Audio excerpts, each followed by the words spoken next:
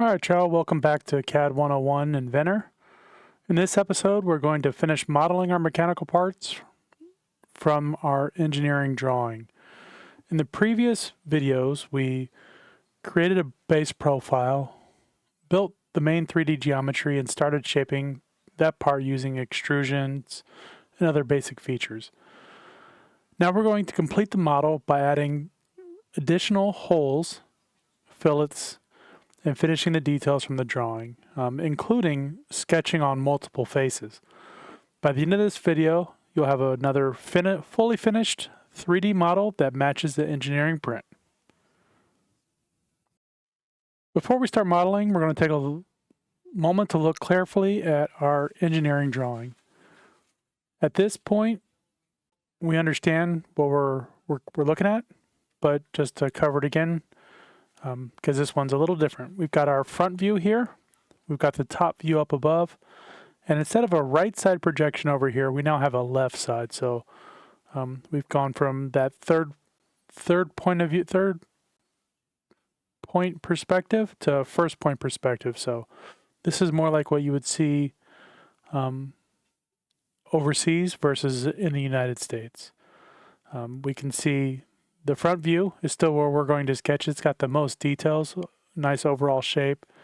Then we have an extrusion to get that top view. And then we have a couple of holes that we're going to sketch on the side face up here in the top piece, after we've already got the full overall 3D shape.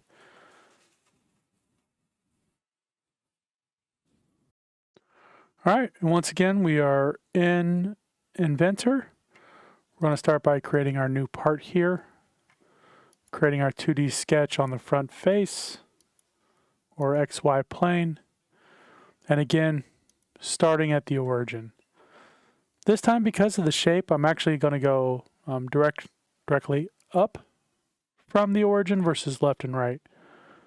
The overall part height is 3 inches. That's at a 90-degree angle. Make sure we're keeping that nice and vertical. We then have kind of a ledge that goes 1 inch over to the 90-degree angle. Then we go down. If we look at the far right edge, we've got a 1.43 dimension and then a 0.08 chamfer.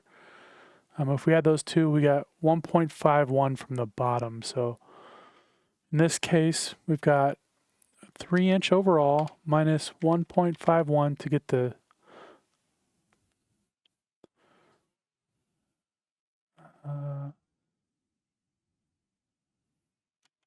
yeah, 1.49. There we go. And then we are over to 2.25 overall. So that would be 1.25 since we've got 1 inch width on that top notch. We are still at a 90-degree angle. Now we're going to go straight down, which should be at 1.51, we said earlier. And then connect the dots to close the shape. There we go. So that is fully constrained. Now we need to add in our fillets and chamfers. So we're going to start with the fillet up here in this upper left corner. That's a 0.25. I'm just going to click right in the corner since it's highlighting already for me. This here's got kind of an inner fillet. And then last but not least, we got a couple of chamfers. Both of them are 0.08. So I'm going to zoom in. I want that corner to have one. And I want this corner to have one. So rounded fillet, chamfered, fillet, chamfered. Bottom two corners are sharp 90-degree angles. We are fully constrained. Now we just need to add our two circles to this shape. So we've got a circle roughly here. Both of them are 0.36 diameter. 0.36. We need to dimension this both of these circles from the center to the left and center to the bottom.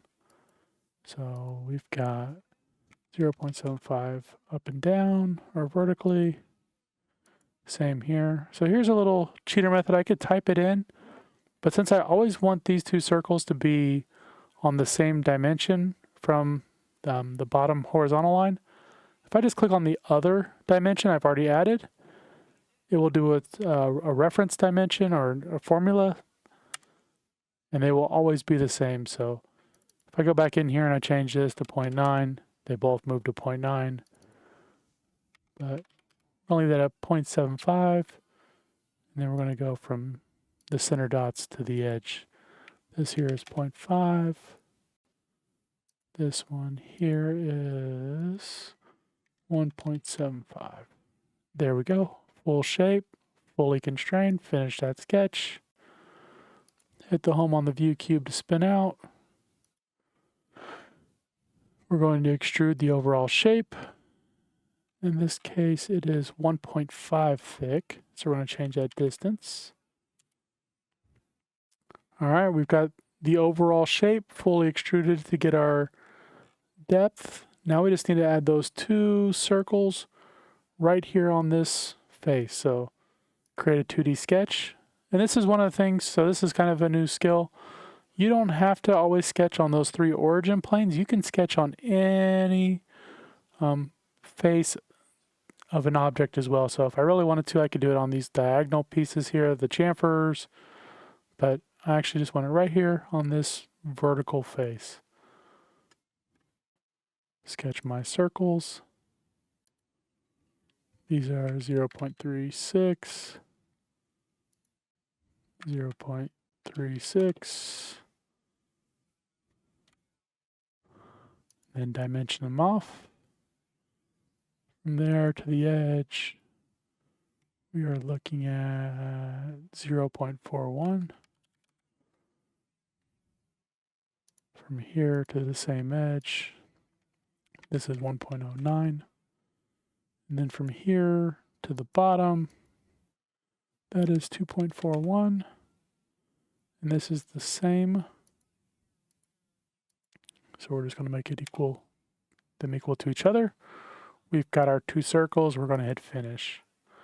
So now instead of, before we were just kind of omitting those circle profiles to leave the cuts in place. Now we're actually going to do an extrude cut. So extrude, select my 2 circle profiles. By default, it wants to extrude them and make them bigger. But instead of doing a join here, I'm going to do a cut in my output. I'm not going to leave the distance as 1.50, even though that goes all the way through, and those are through holes. If for whatever reason we made this portion of the part thicker, say we made it 2 inches, if we only extruded the 1.5 as an actual typed in number, they would no longer be through holes. But instead, if I pick this button right here that says through all, it will go through everything that is vertically or horizontally from that hole, that direction. Could be a little dicey if I end up creating kind of like a U shape and I don't want the hole to go all the way through. You can also use this 2 button and then rotate or pan or orbit over, and then click on the back side of the part, and that will always make sure that that hole goes directly through that part, but only to the back. If there's 2 faces side by side, it won't go through the secondary face. But either way, for this point, either one of those buttons work. They do the exact same thing in this feature. And there we go. We have our part. We've got two through holes at the top, 2 through holes at the bottom, and kind of that overall L bracket shape. We're going to go ahead and we're going to save this down. And this one here is, I believe it's part 2. Let me check my assembly drawing. Yep, says assembly drawing part 2. We're going to go ahead and hit save. And we are done with the part.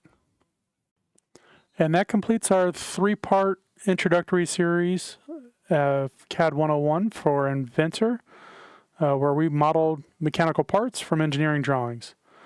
In these videos, we covered intro, basic level features like creating the base sketch, building the 3D geometry using both extrudes and extrude cuts, and finishing the models with holes, fillets, and chamfers.